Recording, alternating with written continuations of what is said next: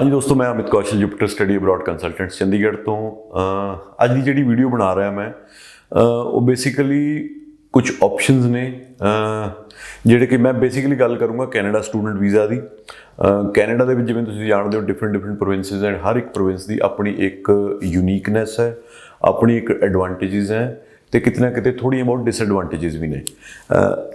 ਮੇਜੋਰਿਟੀ ਅਗਰ ਆਪਾਂ ਕੇਸਿਸ ਦੀ ਗੱਲ ਕਰੀਏ ਤਾਂ ਜਿਹੜੀ ਫਸਟ ਚੋਇਸ ਸਟੂਡੈਂਟਸ ਦੀ ਹੈਗੀ, ਅਗਰ ਉਹ ਕੈਨੇਡਾ ਜਾਂਦੇ ਆ ਤਾਂ ਪਹਿਲਾਂ ਓਨਟਾਰੀਓ ਪ੍ਰੋਵਿੰਸ ਹੁੰਦੀ ਹੈ, ਫਿਰ BC, ਕਿਤੇ ਨਾ ਕਿਤੇ ਸਾਲ ਪਹਿਲਾਂ ਜਾਂ 1.5 ਸਾਲ ਪਹਿਲਾਂ ਕੁਬੈਕ ਵੀ ਜਿਹੜੀ ਸੀਗੀ ਉਹ ਬਹੁਤ ਵੱਡੀ ਚੋਇਸ ਬਣ ਗਈ ਸੀ ਤੇ ਉਹਨੇ ਕਿਤੇ ਨਾ ਕਿਤੇ ਓਨਟਾਰੀਓ ਨੂੰ ਵੀ in terms of number of students going to Montreal study ਵਾਸਤੇ ਉਹਨੂੰ ਪਿੱਛੇ ਕਰਤਾ ਸੀ। ਬਟ ਸਮਹਾਓ ਐਵਰ ਸਿੰਸ ਜਦੋਂ ਤੋਂ ਲੋਕਡਾਊਨ ਲੱਗਿਆ, ਲੋਕਡਾਊਨ ਤੋਂ ਬਾਅਦ ਫਿਰ ਉਹ ਕਾਲਜਿਸ ਦੀ ਜਿਹੜੀ ਇਨਵੈਸਟੀਗੇਸ਼ਨ ਹੈ ਜਾਂ ਅਸੈਸਮੈਂਟ ਹੈ ਉਸ ਚੀਜ਼ ਨੇ ਉਹ ਸਾਰੀ ਜਿਹੜੀ ਇੱਕ ਟ੍ਰੈਫਿਕ ਸੀਗੀ ਜਿਹੜੇ ਕਿ ਸਟੂਡੈਂਟਸ ਜਾਂਦੇ ਸੀ ਮੌਂਟਰੀਅਲ ਪੜ੍ਹਨ, ਔਰ ਇਹ ਨਹੀਂ ਕਿ ਮੌਂਟਰੀਅਲ ਸਟੂਡੈਂਟ ਨਹੀਂ ਗਏ ਪੜ੍ਹਨ, ਬਹੁਤ ਜ਼ਿਆਦਾ ਸਟੂਡੈਂਟਸ ਗਏ ਅਤੇ ਤਕਰੀਬਨ 2017 ਤੋਂ ਲੈ ਕੇ 2019 ਦੇ ਐਂਡ ਤੱਕ, ਇਨਫੈਕਟ 20 ਦੇ ਬਿਗਨਿੰਗ ਤੱਕ ਹਜ਼ਾਰਾਂ ਦੀ ਗਿਣਤੀ ਦੇ ਵਿੱਚ ਉੱਥੇ ਸਟੂਡੈਂਟਸ ਗਏ, ਜਿਹਦੇ ਕਰਕੇ ਉੱਥੇ ਦੇ ਜਿਹੜੇ ਕਾਲਜਿਸ ਸੀਗੇ ਉਹਨਾਂ ਨੇ ਵੱਡੇ ਵੱਡੇ ਕੈਂਪਸਿਸ ਲੈ ਲਏ, ਇਨਫਰਾਸਟਰਕਚਰ ਬਹੁਤ ਡਿਵੈਲਪ ਕਰ ਲਿਆ ਇਨ ਦੀ ਹੋਪ ਦੈਟ ਇਹ ਜਿਹੜਾ ਟਰੈਂਡ ਹੈ ਕੰਟੀਨਿਊ ਰਹੂਗਾ। ਬਟ ਜਿਹੜਾ ਕਰੋਨਾ ਸੀਗਾ, ਕਰੋਨਾ ਵਾਜ਼ ਇਹ ਕਾਈਂਡ ਆਫ ਸਡਨਲੀ ਆਇਆ, ਕਿਸੇ ਨੂੰ ਇਸ ਚੀਜ਼ ਦੀ ਉਮੀਦ ਨਹੀਂ ਸੀ, ਪਤਾ ਨਹੀਂ ਸੀ, ਅਤੇ ਕਿਤੇ ਨਾ ਕਿਤੇ ਹੌਲੀ ਹੌਲੀ ਉਹਦੇ ਕਰਕੇ ਚੀਜ਼ਾਂ ਸਲੋ ਹੋਈਆਂ ਅਤੇ ਫਿਰ ਉਹ ਨੈਗੇਟਿਵਿਟੀ ਜਿਹੜੀ ਹੈ ਉਹ ਆਉਣੀ ਸ਼ੁਰੂ ਹੋ ਗਈ ਮੌਂਟਰੀਅਲ ਬਾਰੇ, ਕਿਉਂਕਿ ਪ੍ਰੋਸੈਸਿੰਗ ਨਹੀਂ ਹੋਈ ਉਹਨਾਂ ਦੀ ਸਟੂਡੈਂਟਸ ਦੀ ਫਾਈਲਾਂ ਦੀ 1.5 ਸਾਲ ਹੋ ਗਿਆ। ਕੁਝ ਫਾਈਲਾਂ ਹਲੇ ਵੀ ਹੈਗੀਆਂ ਜਿਹੜੀਆਂ ਕਿ ਮਾਰਚ, ਅਪ੍ਰੈਲ, ਮਈ, ਜੂਨ, ਜੁਲਾਈ ਪਿਛਲੇ 2020 ਦੇ ਵਿੱਚ ਲੱਗੀਆਂ ਸੀ ਅਤੇ ਹਾਲੇ ਤੱਕ ਉਹਨਾਂ ਦਾ ਡਿਸੀਜ਼ਨ ਨਹੀਂ ਆਇਆ। ਜਿਹੜੀਆਂ ਦਾ ਆਇਆ ਬਹੁਤ ਜ਼ਿਆਦਾ ਡਿਸੀਜ਼ਨ ਜਿਹੜੇ ਨੇ ਉਹ ਨੈਗੇਟਿਵ ਆਏ ਨੇ। ਅਤੇ ਹੁਣ ਕਿਤੇ ਨਾ ਕਿਤੇ ਜਿਹੜੀ ਇਮੇਜ ਹੈ ਪ੍ਰੋਵਿੰਸ ਦੀ, ਅਗਰ ਮੈਂ ਓਵਰਆਲ ਗੱਲ ਕਰਾਂ, though this province has very good universities, very good government colleges, but ਜਿਹੜਾ ਟਰੈਂਡ ਹੈ, ਜਿਹੜੀ ਇੱਕ ਹਵਾ ਬਣ ਗਈ ਹੈ, ਜਿਹੜਾ ਇੱਕ ਜਿਹਨੂੰ ਕਹਿੰਦੇ ਨੇ ਨਿਊਜ਼ ਵਾਇਰਲ ਹੋ ਗਈ ਹੈ ਕਿ ਜੀ ਕਿਊਬਿਕ ਨਹੀਂ ਜਾਣਾ, ਜੀ ਮੌਂਟਰੀਅਲ ਨਹੀਂ ਜਾਣਾ, ਅਤੇ ਇਸ ਕਰਕੇ that province has gone down in terms of number of students aspiring to study in Quebec. ਅਤੇ ਉਹ ਤੋਂ ਬਾਅਦ BC ਹੈਗੀ ਹੈ, BC ਹੈਗਾ British Columbia is a very good province. ਅਗਰ ਆਪਾਂ ਕਲਾਈਮੇਟ ਦੀ ਗੱਲ ਕਰੀਏ, ਮੌਸਮ ਦੀ ਗੱਲ ਕਰੀਏ, ਵੈਦਰ ਦੀ ਗੱਲ ਕਰੀਏ ਤਾਂ ਬ੍ਰਿਟਿਸ਼ ਕੋਲੰਬੀਆ ਦਾ ਵੈਦਰ ਕਿਹਾ ਜਾਂਦਾ ਹੈ ਕਿ ਪੂਰੇ ਕੈਨੇਡਾ ਦੇ ਵਿੱਚ ਬੈਸਟ ਵੈਦਰ ਹੈ, ਕਿਉਂਕਿ ਸਮਰਸ ਔਰ ਵਿੰਟਰਸ ਦੋਨੋਂ ਹੀ ਹਾਰਸ਼ ਨਹੀਂ ਹੁੰਦੇ, ਔਰ ਮੈਜੋਰਿਟੀ ਆਫ ਟਾਈਮ ਜਿਹੜਾ ਹੈ ਉੱਥੇ ਵਧੀਆ ਮੌਸਮ ਰਹਿੰਦਾ ਹੈ। ਅਤੇ ਜਿਹੜੀ ਵਿੰਟਰ ਵੀ ਹੁੰਦੀ ਹੈ ਉਦੋਂ ਬਾਰਿਸ਼ ਜ਼ਰੂਰ ਹੁੰਦੀ ਹੈ, ਬਟ ਸਨੋਫਾਲ ਬਹੁਤ ਘੱਟ ਹੁੰਦੀ ਹੈ, ਅਤੇ ਜਿਹੜਾ ਟੈਂਪਰੇਚਰ ਹੈ ਉਹ ਮਾਈਨਸ 'ਚ ਐਕਸਟ੍ਰੀਮ 'ਚ ਨਹੀਂ ਜਾਂਦਾ। ਸੋ ਬਿਊਟੀਫੁਲ ਲੈਂਡਸਕੇਪਸ ਨੇ ਉਹਦੇ ਵਿੱਚ ਬ੍ਰਿਟਿਸ਼ ਕੋਲੰਬੀਆ ਦੇ ਵਿੱਚ। ਫਿਰ ਆ ਜਾਂਦੀ ਹੈ Alberta, which is another very attractive destination, specially ਆਪਣੀ ਪੰਜਾਬੀ ਕਮਿਊਨਿਟੀ ਦੇ ਲੋਕ ਉੱਥੇ ਬਹੁਤ ਗਏ ਹੋਏ ਆ। ਐਲਬਰਟਾ ਦੇ ਵਿੱਚ ਦੋ ਮੇਜਰ ਟਾਊਨ ਹੈ ਜਿਹਨਾਂ ਦੀ ਆਪਾਂ ਗੱਲ ਕਰਦੇ ਹਾਂ, ਇੱਕ ਤਾਂ ਐਡਮੌਂਟਨ ਹੋ ਗਿਆ, ਦੂਜਾ ਕੈਲਗਰੀ ਹੋ ਗਿਆ।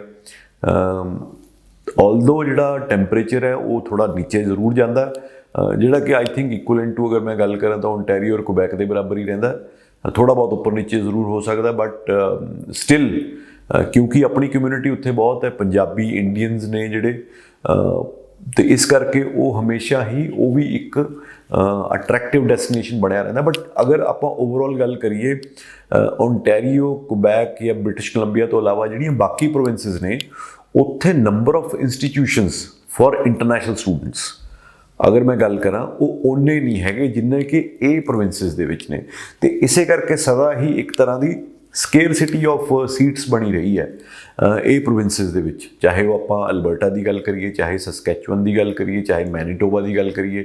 ਹਾਲੇ ਖੈਰ ਮੈਂ ਨਿਊ ਬਰੰਸਵਿਕ ਵਗੈਰਾ ਵਿੱਚ ਨਹੀਂ, ਮੈਂ ਉਹਦੀ ਗੱਲ ਕਰ ਰਿਹਾ, ਜਾਂ ਨਿਊ ਫਾਊਂਡਲੈਂਡ ਔਰ ਲੈਬਰਾਡੋਰ ਦੀ, ਕਿਉਂਕਿ ਉਹ ਇੰਨੇ ਅਟਰੈਕਟਿਵ ਕਦੇ ਵੀ ਨਹੀਂ ਰਹੇ।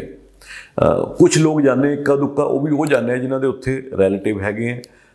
ਬਟ ਅਗਰ ਮੈਂ ਗੱਲ ਕਰਾਂ ਮੈਨੀਟੋਬਾ, ਅਗਰ ਮੈਂ ਗੱਲ ਕਰਾਂ ਐਲਬਰਟਾ ਜਾਂ ਸਸਕੈਚੁਅਨ, ਇਹ ਤਿੰਨ ਉਹ ਪ੍ਰੋਵਿੰਸਿਸ ਨੇ ਜਿੱਥੇ ਕਿ ਕਈ ਵਾਰ ਕੀ ਹੁੰਦਾ, ਜਿਹੜਾ ਸਟੂਡੈਂਟ ਹੈ ਉਹ ਗ੍ਰੈਜੂਏਟ ਹੁੰਦਾ BC ਦੇ ਵਿੱਚ ਜਾਂ ਓਨਟਾਰੀਓ ਦੇ ਵਿੱਚ ਜਾਂ ਈਵਨ ਕੁਬੈਕ ਦੇ ਵਿੱਚ ਵੀ, ਅਤੇ ਉਹ ਕਿਤੇ ਨਾ ਕਿਤੇ ਮੈਨੀਟੋਬਾ ਜਾਂ ਐਲਬਰਟਾ ਜਾਂ ਸਸਕੈਚੁਅਨ ਦੀ ਤਰਫ ਆਪਣਾ ਰੁਖ ਕਰਦਾ ਹੈ, ਕਿਉਂਕਿ ਉਹਨਾਂ ਨੂੰ ਪਤਾ ਹੈ ਕਿ ਉੱਥੇ ਜਿਹੜਾ ਗ੍ਰੈਜੂਏਟ ਟੂ ਇਮੀਗ੍ਰੇਸ਼ਨ ਰੂਟ ਹੈਗਾ ਉਹ ਐਜ਼ ਕੰਪੇਅਰ ਟੂ ontario ਔਰ ਬ੍ਰਿਟਿਸ਼ ਕੋਲੰਬੀਆ ਜਿਹੜਾ ਹੈ ਉਹ ਬਹੁਤ ਈਜ਼ੀ ਹੈ।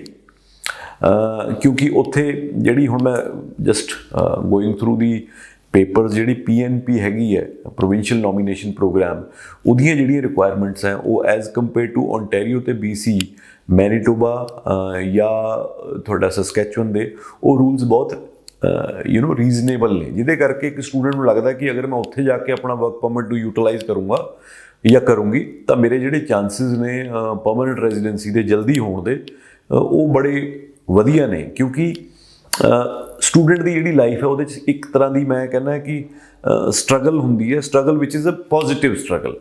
ਸਭ ਤੋਂ ਪਹਿਲਾਂ ਜਦੋਂ ਇੱਥੇ ਇੰਡੀਆ ਦੇ ਵਿੱਚ ਗ੍ਰੈਜੂਏਟ ਹੁੰਦਾ ਹੈ ਜਾਂ 10+2 ਕਰਦਾ ਹੈ ਤਾਂ ਉਹ ਤੋਂ ਬਾਅਦ ਉਹਦੀ ਪਹਿਲੀ ਸਟਰਗਲ ਹੁੰਦੀ ਹੈ ਕਿ ਉਹਨੇ ਆਇਲਸ ਕਰਨਾ ਹੈ। ਦੂਜੀ ਸਟਰਗਲ ਹੁੰਦੀ ਹੈ ਇੱਕ ਅੱਛੇ ਕੰਸਲਟੈਂਟ ਕੋਲ ਜਾ ਕੇ ਆਪਣੀ ਇੰਸਟੀਚਿਊਟ ਜਾਂ ਯੂਨੀਵਰਸਿਟੀ ਜਿਹੜੀ ਹੈਗੀ ਹੈ ਜਾਂ ਪ੍ਰੋਵਿੰਸ ਜੋ ਵੀ ਹੈ ਉਹਨੂੰ ਚੂਜ਼ ਕਰਨਾ ਹੈ। ਉਹ ਤੋਂ ਬਾਅਦ ਹੁੰਦਾ ਹੈ ਕਿ ਫਾਈਲਿੰਗ ਕਰਕੇ ਵੀਜ਼ਾ ਕਦੋਂ ਆਊਗਾ, ਉਹ ਹੋ ਗਿਆ ਸਟੈਪ। ਇਹ ਸਾਰੀਆਂ ਚੀਜ਼ਾਂ ਸਟੈਪ ਬਾਏ ਸਟੈਪ ਚੱਲਦੀਆਂ, ਬਟ ਕਿਤੇ ਨਾ ਕਿਤੇ ਫਰੋਮ ਦ ਵੈਰੀ ਬਿਗਿਨਿੰਗ ਉਹਦੇ ਔਰ ਉਹਦੇ ਪੇਰੈਂਟਸ ਦੇ ਦਿਮਾਗ ਦੇ ਵਿੱਚ ਇਹ ਗੱਲ ਹੁੰਦੀ ਹੈ ਕਿ ਬੱਚੇ ਨੂੰ ਬਾਹਰ ਭੇਜਣਾ, ਅਸੀਂ PR ਹੋਣਾ। ਤਾਂ ultimate objective is permanent residency. ਉਸੇ ਚੀਜ਼ ਨੂੰ ਮੱਦੇ ਨਜ਼ਰ 'ਚ ਰੱਖਦੇ ਹੋਏ ਮੈਜੋਰਿਟੀ ਆਫ ਜਿਹੜੇ ਪੇਰੈਂਟਸ ਨੇ ਜਾਂ ਮੈਜੋਰਿਟੀ ਆਫ ਸਟੂਡੈਂਟਸ ਨੇ ਉਹ ਆਪਣੇ ਡਿਸੀਜ਼ਨ ਲੈਂਦੇ ਨੇ। ਬਟ ਕਿਤੇ ਨਾ ਕਿਤੇ ਕੁਝ ਡਿਸੀਜ਼ਨ ਇੱਦਾਂ ਹੁੰਦੇ ਆ ਕਿ ਹਾਂ ਸਾਡੇ ਦੋਸਤ ਉੱਥੇ ਚੱਲਣੇ ਆ ਜਾਂ ਸਾਡੇ ਫਰੈਂਡਸ ਉੱਥੇ ਨੇ ਜਾਂ ਉੱਥੇ ਜਾਣਾ ਹੈ। ਜਿਵੇਂ ਕਿ ਟੋਰਾਂਟੋ ਦੀ ਮੈਂ ਗੱਲ ਕਰਾਂ, ਆਲਦੋ ਪਰਮਾਨੈਂਟ ਰੈਜ਼ੀਡੈਂਸੀ ਜਿਹੜੀ ਹੈਗੀ ਹੈ ਟੋਰਾਂਟੋ ਜਾਂ ontario ਪ੍ਰੋਵਿੰਸ ਦੇ ਵਿੱਚ, ਜਿਹਨੂੰ ਕਹਿੰਦੇ ਮੋਸਟ ਡਿਫਿਕਲਟ ਦੀ ਗੱਲ ਕਰਾਂ ਅਗਰ ਮੈਂ ਕੰਪੈਰੇਟਿਵ ਐਨਾਲਿਸਿਸ ਕਰਾਂ ਉਹਨਾਂ ਦਾ ਪ੍ਰੋਵਿੰਸਿਸ ਦਾ, but still Ontario province has been able to attract maximum students to Canada from all across the globe। ਤੇ ਉਹ ਚੀਜ਼ ਹੁੰਦੀ ਹੈ ਜਦੋਂ ਵੀਜ਼ਾ ਲੱਗ ਗਿਆ, ਬੱਚਾ ਪੜ੍ਹਦਾ, ਪੜ੍ਹਨ ਤੋਂ ਬਾਅਦ ਫਿਰ ਉਹਨੂੰ ਲੱਗਦਾ ਕਿ do I qualify in this stream, ਕਿਆ ਮੈਂ ਇਸ ਕੈਟਾਗਰੀ ਦੇ ਵਿੱਚ ਇਸ ਪ੍ਰੋਵਿੰਸ ਦੇ ਵਿੱਚ ਕੁਆਲੀਫਾਈ ਕਰੂੰਗਾ ਅਗਰ ਮੈਂ ਵਰਕ ਪਰਮਿਟ ਤੇ ਆ ਜਾਣਾ। ਫਿਰ ਉਹ ਆਪਣੀ ਅਸੈਸਮੈਂਟ ਸ਼ੁਰੂ ਕਰ ਦਿੰਦਾ। ਫਿਰ ਅਗਰ ਉਹ ontario 'ਚ ਜਾਂ BC 'ਚ, ਬਹੁਤ ਸਾਰੇ ਇੱਦਾਂ ਦੇ ਮੈਂ ਸਟੂਡੈਂਟਸ ਦੇਖੇ ਜਿਹੜੇ ਕਿ ਫਿਰ ਐਲਬਰਟਾ, ਮੈਨੀਟੋਬਾ ਜਾਂ ਸਸਕੈਚੁਅਨ ਵੱਲ ਮੂਵ ਕਰਦੇ ਆ ਜਸਟ ਟੂ ਬਿਕੋਜ਼ ਅਲਟੀਮੇਟਲੀ ਤਾਂ ਯਾਰੀ ਦੋਸਤੀ ਫਰੈਂਡ ਸਰਕਲ ਜਿਹੜਾ ਹੈਗਾ ਉਹ ਠੀਕ ਹੈ, ਉਹ ਕਾਲਜ ਤੱਕ ਹੈ, ਉਹ ਤੋਂ ਬਾਅਦ ਵੀ ਰਹਿੰਦੇ, ਬਟ ਕਿਤੇ ਨਾ ਕਿਤੇ ਹਰ ਬੱਚੇ ਦੀ ਆਪਣੀ ਪਹਿਲਾਂ ਇਹ ਹੁੰਦਾ ਨਾ ਕਿ ਮੈਂ ਪਹਿਲਾਂ ਆਪਣੇ ਕਰੀਅਰ ਬਾਰੇ, ਆਪਣੀ ਅੱਗੇ ਫਿਊਚਰ ਬਾਰੇ ਸੋਚਾਂ। ਤੇ ਉਸ ਚੱਕਰ ਦੇ ਵਿੱਚ majority of students move to these provinces. Now ਤੁਸੀਂ ਸੋਚਦੇ ਹੋਵੋਗੇ ਕਿ ਮੈਂ ਇਸ ਗੱਲ ਨੂੰ ਜਿਹੜੀ ਕਿ ਜਗ ਜ਼ਾਹਰ ਹੈ ਉਹਦੇ ਉੱਤੇ ਫੋਕਸ ਕਿਉਂ ਕਰ ਰਿਹਾ।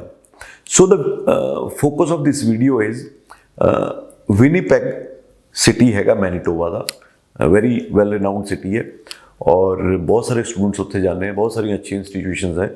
ਸੋ we are coming up with exclusive institution in Winnipeg. ਹਾਲੇ ਮੈਂ ਡਿਟੇਲ ਉਹਦੀ ਨਹੀਂ ਦਊਂਗਾ, ਜਿਹੜਾ ਕਿ 2 ਸਾਲ ਦਾ ਕੋਰਸ ਹੋਏਗਾ। This is only for under graduate, ਯਾਨੀ ਕਿ +2 ਪਾਸ ਬੱਚਿਆਂ ਲਈ। ਹਾਲੇ ਫਿਲਹਾਲ 3 ਸਾਲ ਦਾ ਵਰਕ ਪਰਮਿਟ ਮਿਲੇਗਾ।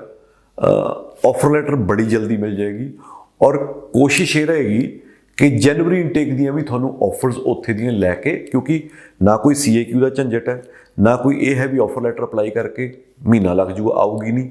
ਤਾਂ ਉਹ ਜਿਹੜੀ ਚੀਜ਼, ਉਹ ਜਿਹੜਾ ਟਾਈਮ ਫਰੇਮ ਜਿਹੜਾ ਆਪਣਾ ਯੂਜ਼ ਹੁੰਦਾ ਸੀ, ਉਸ ਚੀਜ਼ ਨੂੰ ਕੱਟ ਡਾਊਨ ਕਰਕੇ I am sure that we will be able to apply for January intake in Winnipeg in that college ਔਰ ਅਸੀਂ ਜਨਵਰੀ ਲਈ ਆਪਣੀ file within time frame submit ਵੀ ਕਰ ਸਕਾਂਗੇ।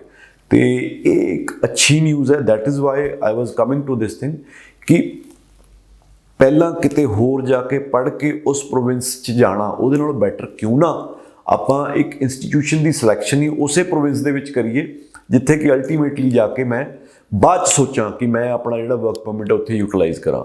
ਕਿਉਂਕਿ it's a very diverse city, all different walks of life ਤੋਂ ਲੋਕ ਆ ਕੇ ਉੱਥੇ ਰਹਿੰਦੇ ਆ। ਕਿਉਂਕਿ ਜਿਹੜੀ ਉੱਥੇ ਦੀ ਮੈਨੀਟੋਬਾ PNP ਹੈਗੀ ਹੈ, ਉਹਦੇ ਕਰਕੇ ਵੀ ਬਹੁਤ ਸਾਰੇ ਲੋਕ ਜਿਹੜੇ ਡਾਇਰੈਕਟ PR ਹੋ ਕੇ ਵੀ ਜਾਂਦੇ ਨੇ।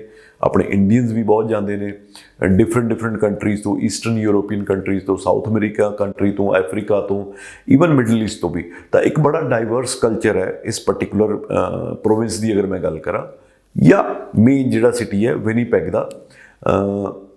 ਬਹੁਤ ਅੱਛੀਆਂ ਜੌਬਸ ਅਵੇਲੇਬਲ ਨੇ, ਹਰ ਤਰ੍ਹਾਂ ਦਾ ਬਿਜ਼ਨਸ ਅਵੇਲੇਬਲ ਹੈ ਉੱਥੇ। ਇੰਡਸਟਰੀਅਲ ਯੂਨਿਟਸ ਵੀ ਹੈਗੇ ਹੈ ਅਤੇ ਬਿਜ਼ਨਸ ਹਾਊਸਿਸ ਵੀ ਹੈਗੇ ਹੈ। ਕਿਉਂਕਿ ਡਾਊਨ ਟਾਊਨ ਦੀ ਅਗਰ ਗੱਲ ਕਰਾਂ ਉੱਥੇ ਵੱਡੇ ਵੱਡੇ ਬੈਂਕਸ ਨੇ, ਫਾਈਨੈਂਸ਼ੀਅਲ ਇੰਸਟੀਟਿਊਸ਼ਨਸ ਨੇ, IT ਦੀਆਂ ਕੰਪਨੀਆਂ ਨੇ। ਤਾਂ ਹਰ ਇੱਕ ਤਰ੍ਹਾਂ ਦਾ ਜਿਹੜਾ ਹਸਪੀਟਲਸ ਨੇ, ਹਰ ਤਰ੍ਹਾਂ ਦਾ ਜਿਹੜਾ ਸਟੂਡੈਂਟ ਹੈ ਜਿਹੜਾ ਕਿ ਕਿਸੇ ਵੀ ਕੈਟਾਗਰੀ ਦੇ ਵਿੱਚ, ਕਿਸੇ ਵੀ ਲਾਈਨ ਦੀ ਪੜ੍ਹਾਈ ਦੇ ਵਿੱਚ ਉੱਥੇ ਪੜ੍ਹਦਾ, ਉਹਦੇ ਲਈ ਉਹ ਤੋਂ ਬਾਅਦ ਪਾਰਟ ਟਾਈਮ ਜੌਬਸ ਪਲੱਸ ਆਪਣਾ ਓਵਰਆਲ ਵਰਕ ਦੀ ਓਪਰਚੁਨਿਟੀ ਉਹ ਬਹੁਤ ਹੈ। ਤੇ ਕੀਪ ਵਾਚਿੰਗ ਦਿਸ ਸਪੇਸ। ਮੈਂ ਹੋਪਫੁਲੀ ਨੈਕਸਟ ਵੀਕ ਤੁਹਾਨੂੰ ਅਰਲੀ ਨੈਕਸਟ ਵੀਕ ਇਸ ਇੰਸਟੀਚਿਊਟ ਦੇ ਬਾਰੇ, ਇਹਦੇ ਕੋਰਸਿਸ ਦੇ ਬਾਰੇ, ਉਹਨਾਂ ਦੀ ਰਿਕੁਆਇਰਮੈਂਟਸ ਦੇ ਬਾਰੇ ਤੁਹਾਨੂੰ ਪੂਰੀ ਡਿਟੇਲ ਦਊਂਗਾ ਤੇ ਫੀਸ ਕਿੰਨੀ ਹੈ ਉਹ ਸਾਰੀ ਚੀਜ਼ ਬਾਰੇ। ਔਰ ਅਗਰ ਤੁਸੀਂ ਰੀਸੈਂਟਲੀ ਰਿਫਿਊਜ਼ ਹੋਏ ਹੋ +2 ਪਾਸ ਹੋਣ ਤੋਂ ਬਾਅਦ ਔਰ ਤੁਹਾਨੂੰ ਲੱਗਦਾ ਕਿ ਨਹੀਂ ਮੈਨੂੰ ਹੁਣ ਉੱਥੇ ਨਹੀਂ, ਸਪੈਸ਼ਲੀ ਅਗਰ ਮੈਂ ਗੱਲ ਕਰਾਂ ਕੁਬੈਕ ਦੀ, ਉੱਥੋਂ ਜਾਂ ਹੋਰ ਕਿਤੋਂ ਵੀ ਤੁਹਾਨੂੰ ਲੱਗਦਾ ਕਿ ਨਹੀਂ ਯਾਰ ਵੀ ਮੈਂ ਇੱਥੇ ਹੁਣ ਨਹੀਂ ਅਪਲਾਈ ਕਰਨਾ ਚਾਹੁੰਦਾ ਜਾਂ ਚਾਹੁੰਦੀ, then we can help you in applying your application in that particular institution।